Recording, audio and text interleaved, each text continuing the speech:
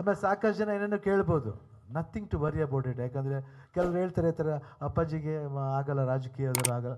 ಇಲ್ಲ, ಯಾವುದೇ ಸಮಾರಂಭ ಆಗಲಿ, ಯಾರೇ ಚೀಫ್ ಮಿನಿಸ್ಟರ್ ಆಗಲಿ, ಫಸ್ಟ್ ಬರೋದೇ ದೊಡ್ಡ ಮನೆಗೆ ಬಂದು ಅಪ್ಪಾಜಿ ಜೊತೆ. ಅಪ್ಪಾಜಿಗೂ ಪಾಲಿಟಿಕ್ಸ್ ಬೇಕು, ಪೊಲಿಟಿಕ್ ಮೆಂಬರ್ಸ್ ಬೇಕು. ಇಲ್ಲ ಅಂದರೆ ಯಾಕೆ ಬಂಗಾರಪ್ಪನ ಮಗಳು ತರಬೇಕು ನನಗೆ ಹೇಳಿ ಅಲ್ವಾ? ಅವ್ರು ಯಾವಾಗಲೂ ತಪ್ಪು ಅಂತ ಹೇಳಲೇ ಇಲ್ಲ. ಇವನ್ ನಾನೇ ಬಂದು ಹೇಳಿ ಅದು ಆಮೇಲೆ ಬಿಡಿ, ಯಾಕೆ ಸೈಲೆಂಟಾಗಿ ನಾನೇ ಎಲ್ಲೋ ಇಡಕ್ಕೆ ಬಂದರೆ ಅಂದರೆ ಇಲ್ಲಿ ಬರ್ತಾರೆ ಏನು. ಸೊ ಇದು ಹಂಗಿರ್ಬೇಕಾದ್ರೆ ಯಾತಿಗೆ ಹಂಗಾಗ್ತಿರ್ಲಿಲ್ಲ. ಇಟ್ಸ್ ನಾಟ್ ದಟ್, ಅಂದರೆ ಅವ್ರಿಗಾಗ್ತಿರ್ಲಿಲ್ಲ ಅಷ್ಟೇ.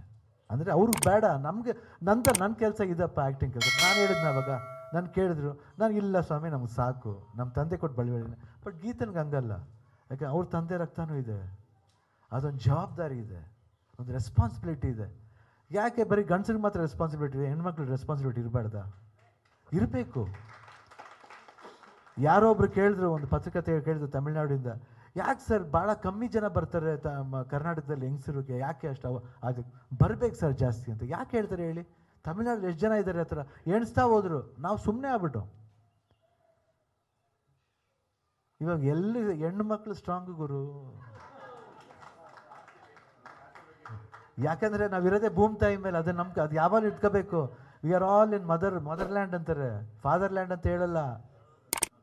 ಫಾದರ್ಲ್ಯಾಂಡ್ ಅನ್ನೋದು ಬಲ, ಪವರ್, ಅದು ಇದು ಬೇರೆ. ಅದರಿಂದ ತಾವೆಲ್ಲರೂ ನಾನು ಕೇಳ್ಕೊಳ್ಳೋ ತಕ್ಷಣ ಗೀತನಿಗೆ I wish all the best. And ಇದ್ದೀವಿ, ಆ್ಯಂಡ್ ಇಡೀ ಇಂಡಸ್ಟ್ರಿ ಇರೋದು, ಎಲ್ಲರೂ ಬಂದಿರೋದು ತುಂಬ ಥ್ಯಾಂಕ್ಸ್, ಎಲ್ರಿಗೂ ತುಂಬ ಥ್ಯಾಂಕ್ಸ್.